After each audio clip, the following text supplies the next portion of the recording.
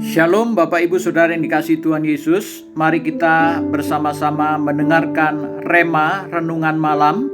Mari kita siapkan hati untuk kita berdoa.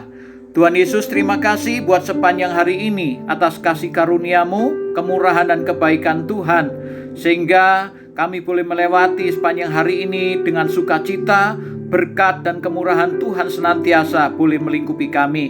Terima kasih Tuhan, berkati kami dengan firman-Mu pada malam hari ini, dalam nama Tuhan Yesus Kristus. Haleluya, amin. Saudara yang dikasihi Tuhan Yesus Kristus, tema Rema malam hari ini adalah produk atau hasil dari kasih karunia. Kita akan membaca di dalam Titus 2 ayat 11-12. Demikian firman Tuhan.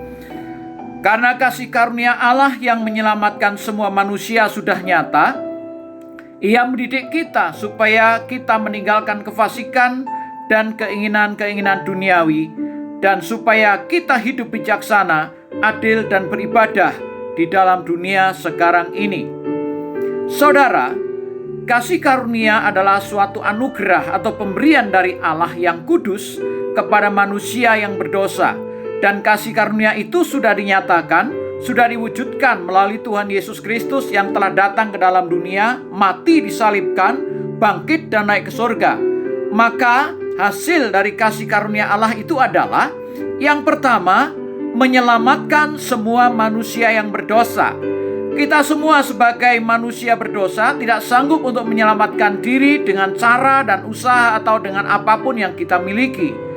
Konsep keselamatan di dalam kekristenan adalah bukan karena perbuatan, tetapi karena kasih karunia oleh iman kita kepada Kristus sebagai Tuhan dan Juru Selamat kita. Bandingkan Efesus 2 ayat 8 dan 9. Paulus dalam Roma 3 ayat 23 juga berkata, sebab semua manusia telah berbuat dosa dan telah kehilangan kemuliaan Allah, dan upah dosa adalah maut. Jadi tidak seorang pun yang dapat menyelamatkan dirinya, hanya oleh kasih karunia di dalam Kristuslah setiap orang yang mau percaya atau beriman kepadanya yang pasti diselamatkan. Yang kedua, produk dari kasih karunia Allah adalah memberikan kuasa untuk menang atas dosa.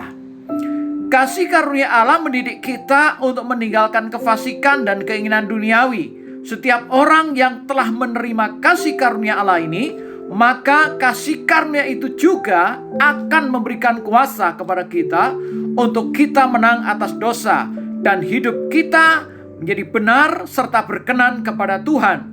Kita tidak lagi dikuasai oleh dosa, kefasikan dan keinginan-keinginan duniawi. Jadi ciri orang Kristen sejati adalah memiliki perubahan hidup, perubahan karakter dan cara hidup yang baru. Makin hari makin disempurnakan hingga menyerupai Kristus. Yang ketiga, hasil dari kasih karunia Allah adalah menjadikan kita orang yang bijaksana. Orang Kristen sejati tidak lagi hidup dalam kebodohan dan kebebalan. Orang bijaksana adalah orang yang berhikmat, tidak mudah ditipu oleh dosa, oleh iblis. Tidak mudah terpengaruh dengan segala macam godaan dunia.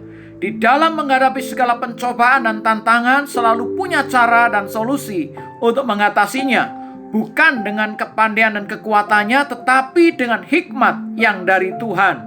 Orang yang bijaksana akan selalu memiliki waktu untuk beribadah, untuk berdoa, untuk membaca Alkitab dan melakukan hal-hal yang berguna untuk kemuliaan Tuhan dan berdampak menjadi berkat bagi sesama. Lalu apa yang harus kita lakukan Bapak Ibu Saudara sekalian? Yang pertama, marilah kita selalu mengucap syukur dan berterima kasih kepada Allah karena hanya oleh kasih karunia-Nya kita diselamatkan. Persembahkan hidup kita kepada Tuhan untuk melayani Dia. Yang kedua, hiduplah bersandar pada firman-Nya dan buanglah segala sesuatu yang duniawi, baik dalam pikiran, perkataan, perbuatan kita yang tidak berkenan.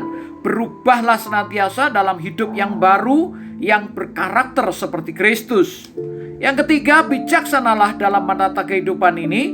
Berikan waktu untuk beribadah, berdoa, membaca Alkitab, serta mentaati kehendak Allah.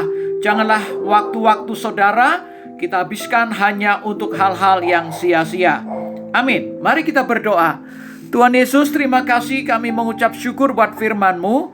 Terima kasih untuk kasih karunia-Mu yang menyelamatkan hidup kami, yang membuat kami juga menang atas dosa, dan juga membuat kami menjadi orang yang bijaksana. Ajar kami untuk selalu mengikuti kehendak-Mu, rencana-Mu dalam hidup kami, sehingga karakter kami menjadi karakter Kristus dan hidup kami boleh menjadi berkat bagi sesama kami.